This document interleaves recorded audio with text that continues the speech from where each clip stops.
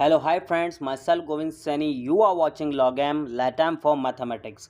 So guys, जैसा कि हमने लास्ट लेक्चर में डिस्कस किया था, अब हम उसके आगे बढ़ते हैं और अब हमारे पास एक फाइनल रिजल्ट है. द रिजल्ट इज कॉल्ड Haनी-Burrell theorem. Okay, so the what is Haनी-Burrell theorem? Haní-Burrell theorem is if E be a bounded closed set of real numbers, then each open cover of E has a finite subcover. देखो बात यह है, ई को हमें bounded और close set लेकर चलना होगा, ठीक है ना.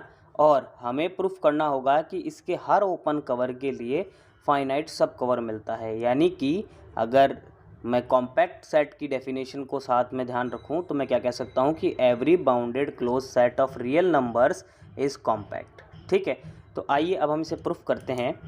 तो इसका प्रूफ बहुत लेंदी है, तो इसे आप ध्यान से देखिएगा और बहुत इंपॉर्टेंट रिजल्ट है ये.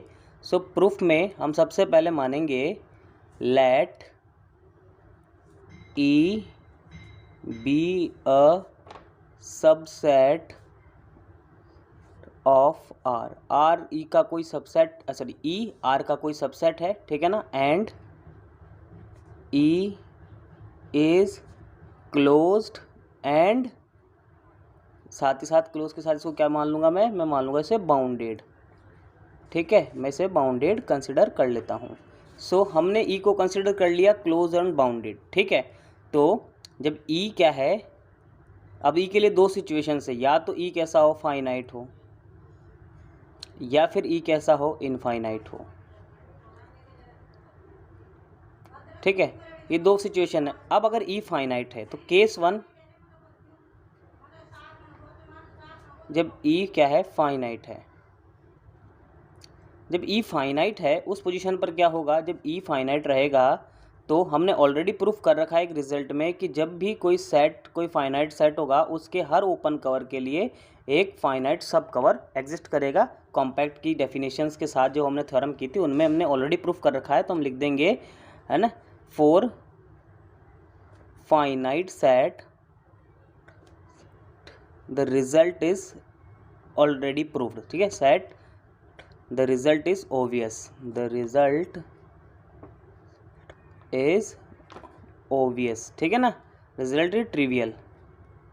फाइनाइट के लिए ऑलरेडी कर रखा है हमने, ठीक है ना, ऑब्वियस सी बात है. सो हम उसको डायरेक्टली लिख देंगे फाइनाइट के लिए होता है, भैया हमें पता है, हम इनफाइनाइट के लिए जाएंगे. ठीक है, so when we are let case number two, case number second, when हमारे पास क्या हो, ई कैसा हो, E must be infinite.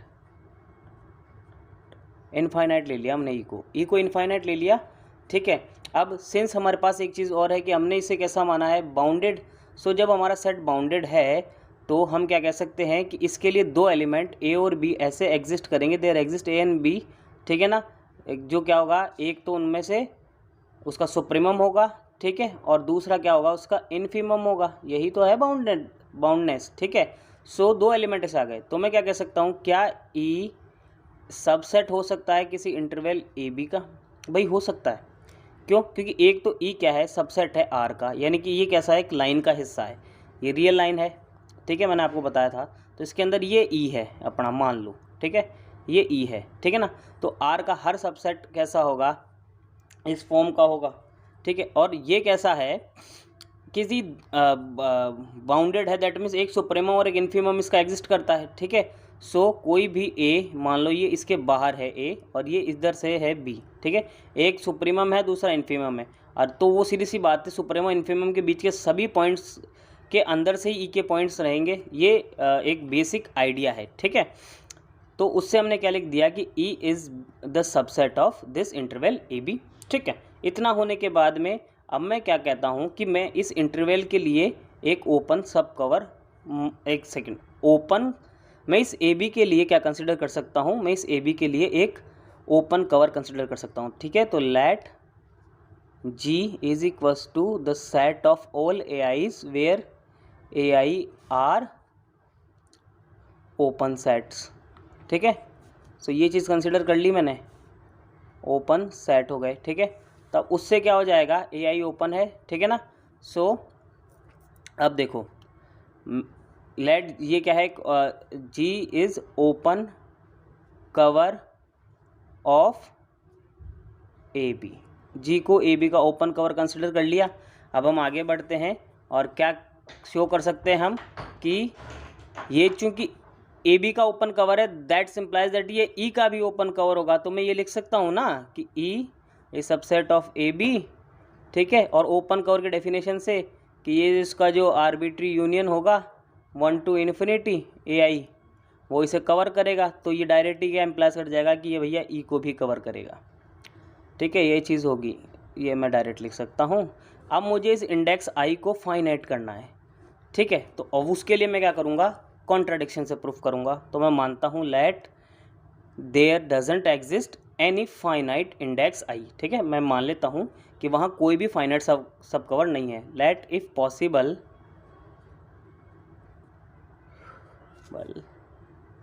There not exist any finite subcover, ठीक है। वहाँ पे कोई भी फाइनाइट सब कवर नहीं है, ऐसा मैंने मान लिया। अब अगर मैंने ऐसा मान लिया तो अब मैं आगे प्रोसीड करता हूँ और ए बी को 2 पोर्शन में तोड़ता हूँ, ठीक है। तो we split A B into 2 portion, ठीक है ना, जो कैसे होंगे, एक का नाम दे दूंगा, एक की स्टार्ट होगी ए से और दूसरा पॉइंट उसका ए प्लस बी का हाफ पढ़ने पर आएगा, ठीक है। और एक उसका हो गया दूसरा पोर्शन ए प्लस बी के हाफ से लेकर के कहाँ तक, हाँ बी तक, ठीक है। एक बीच में से इसको तोड़ दिया मैंने। ये पूरा ए बी था आपका, ये देखो ये पूरा ए बी था, इसको मैंने अब 2 पार्ट्स में तोड़ दिया इस तरह से, ठीक है। ये ए प्लस बी का हाफ और ये बी, इसे सी भी नाम दे सकते हैं, ठीक है। तो ये 2 पोर्शन में मैंने इसको तोड़ लिया। अब अगर इसकी किसी एक पर्टिकुलर, ठीक है, ये जो अगर ए बी है, ये दोनों जो इसके क्या नाम से अपन ने ये निकाले हैं ना, स्प्लिट किया है इसको 2 के अंदर, तो ई को तो ये दोनों कवर करेंगे, ठीक है, करेंगे ना। और सिंस इसमें क्या होंगे, अगर ई के फाइनाइट एलिमेंट इसमें है, दैट्स मीन्स ई फाइनाइट है। अब ई तो फाइनाइट है नहीं, तो ये तो कॉन्ट्राडिक्ट करता है कि इसमें फाइनाइट एलिमेंट तो होंगे नहीं, ठीक है। अब और अगर क्या हो कि ये जो जी है इसके फाइनाइट ए आईज ही अगर किसी एक को कवर करें, समझ रहे हो, वो तो पॉसिबल है। लेकिन दोनों को अगर फाइनाइट ही ए आईज कवर करेंगे वो पॉसिबल नहीं है। क्यों? क्योंकि हमने ऑलरेडी ये मान रखा है कि इसका कोई भी फाइनाइट कवर पॉसिबल ही नहीं है, ठीक है ना, फाइनाइट सब कवर पॉसिबल ही नहीं है। सो दैट्स वाई इन में से कोई एक ऐसा ज़रूर होगा जिसे क्या करेगा, इनफाइनाइट सब कवर्स ही वो करेंगे कवर, ठीक है। कोई भी फाइनाइट सब कवर नहीं कर सकता। तो माना वो क्या है, वो A1 B1 है, ठीक है। इन दोनों में से एक का नाम A1 B1 रख दिया, ठीक है ना। उसके लिए क्या कर रहा है, ये इनफाइनाइट ही चल रहा है मामला अभी भी, ठीक है। और एक जो होगा ना उसके लिए फाइनाइट हो सकता है, ठीक है। तो एक तो इनफाइनाइट ही रहेगा, क्योंकि अदरवाइज अपने एजम्पशंस का कॉन्ट्राडिक्शन आता रहे, ठीक है। और अब मैं क्या करूँगा, इसको और फर्दर इसी तरह से प्रोसेस करता जाऊँगा और इस A1 B1 को भी आगे 2 पार्ट्स में तोड़ लूँगा, ठीक है। और ऐसे ही मैं हर बार इसको नया नया स्प्लिट करता जाऊँगा। और जब मैं इस प्रोसेस को एंड टाइम प्रोसीड कर दूँगा तो मेरे पास जो है आई है, इस इंटरवल को अगर मैं आई मानूँ, ठीक है, इस इंटरवल को अगर मैं आई मानूँ तो मेरे पास एक सेट, एक सीक्वेंस ऐसी आ जाएगी जिसके अंदर मैं क्या कहूँगा कि आई से छोटा आएगा I1, ये से I1 ले लो, ठीक है।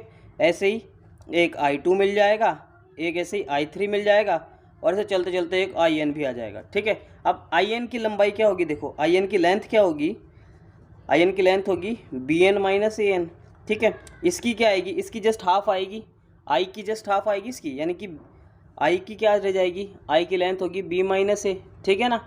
और वैसे ही इसकी क्या होगी, इसकी होगी B माइनस A अपॉन 2, क्योंकि इसका हाफ लिया गया है पढ़ना, है ना। और वैसे IN की क्या होगी, इसका हाफ अपॉन 2n, हाफ के हाफ का nth हाफ, ठीक है। ये इसकी लेंथ हो गई। और जैसे मैं इस पर लिमिट अप्रोच करूँगा, limit n tends to infinity, ये इन्फिनिटी होगा और 1 अपॉन इन्फिनिटी 0 हो जाएगा, ठीक है। तो हम क्या कह सकते हैं कि ये कैसा हो गया, एक आगे जाके कहीं ना कहीं जाकर इसकी लेंथ जब IN इनफाइनाइट ले लेंगे तो 0 हो जाएगी, ठीक है ना, यानी कि बहुत बहुत बहुत क्षीण हो जाएगा। और हमने ऑलरेडी एक रिलेशन पढ़ा था स्टार्टिंग में कि ऐसे जो आइज़ होंगे ना, जो क्लोज भी हैं, ये क्लोज आइज़ हैं ना, ये इंटरवल सारे क्लोज हैं, उनका इंटरसेक्शन में एट लास्ट एक ना एक एलिमेंट तो होता ही है, वो नॉन फाई रहते हैं, ठीक है ना। अब इसके आगे कैसे हम प्रोसीड करते हैं वो देखो। गाइस हमने इंटरसेक्शन ऑफ IN पर एक रिज़ल्ट पढ़ा है कि जब हम ऐसा आई एन ले लेते हैं, n1 to infinity I N, ठीक है ना, जो क्लोज हो, जिसमें आई जो है जितने भी I1 I2 ये सब क्लोज हों, ठीक है ना, क्लोज इंटरवल्स हों, तब ये इंटरसेक्शन कभी भी फाइन नहीं होता, ठीक है ना। सो उसके लिए अगर ये फाइन नहीं है तो उसमें एक एलिमेंट तो है, तो माना let y belongs to this intersection I N, ठीक है, ये मैंने ले लिया। अब ये आई एन में है, ठीक है ना। सो हमें क्या करना है, इसे मैं आई एन में लेकर चलूँ इंटरसेक्शन में, ठीक है। तो मैं ये भी मानता हूँ साथ ही साथ कि मुझे ये प्रूफ करना है कि किसी भी ये y है ना वो ई में आ जाए। मैं इस y को ई में लाना चाहता हूँ, ठीक है। अब y को ई में लाने के लिए मैं क्या करूँगा, देखो मैं ये ले लूँगा कि y किस में है, किसी एक an bn के अंदर है, ठीक है ना। सबसे छोटे वाले में लेके चल रहा हूँ मैं, भाई सब में है, इंटरसेक्शन में मतलब सब में है, तो किसी n के लिए भी एग्जिस्ट करेगा, ठीक है। फॉर ऑल होगा वैसे तो ये सभी n के लिए होगा, ठीक है। सबसे छोटे में तो फिर सब में आ जाएगा ऑटोमेटिकली, ठीक है। तो मैं किसी n के लिए इसमें लेके चल रहा हूँ, ठीक है ना। अब सिंस इस an bn के अंदर e के इनफाइनाइट एलिमेंट्स हैं, हमने ऑलरेडी डिस्कस किया है ना कि कितना स्प्लिट कर लो कि भाई ई में अगर इनफाइनाइट एलिमेंट है तो उसे जो जिसका ये ई खुद इनफाइनाइट है तो उसे कवर करने वाला जो भी इंटरवल होगा उसके अंदर भी इनफाइनाइट एलिमेंट्स होंगे, तो ये इनफाइनाइट एलिमेंट्स हैं इसके अंदर, ठीक है ना। So that's why there exist an epsilon greater than 0 a positive number, ठीक है ना, इस तरह से एग्जिस्ट करेगा कि, और उसी के साथ साथ वहाँ पर एक नेचुरल नंबर n भी एग्जिस्ट करेगा जिसकी एग्जिस्टेंस ऐसी होगी कि जो an bn के लिए जो क्लोज इंटरवल होगा, ठीक है ना, वो क्या करेगा, y को कंटेन करेगा एक तो, और दूसरा चीज़ जैसे ही मैं इसमें थोड़ा सा भी चेंज करूँगा, स्लाइटली चेंज करूँगा, ठीक है ना, और एक क्लोज इंटरवल बनाऊँगा, उसके अंदर ये पूरा कंटेन करेगा। देखो क्यों, ये अपनी स्केल है, इसके ऊपर ये हमने ए बी लिया था, अब इसको छोटा छोटा करते गए करते गए करते करते बहुत लास्ट में पहुँच गए। ये ए एन बहुत लास्ट की चीज़ है, ठीक है, ये यहाँ पर है कहीं पर, ठीक है ना, और भी बहुत छोटा है, बहुत क्लोज है इसके इस वॉल के, बहुत ज़्यादा क्लोज, ठीक है ना।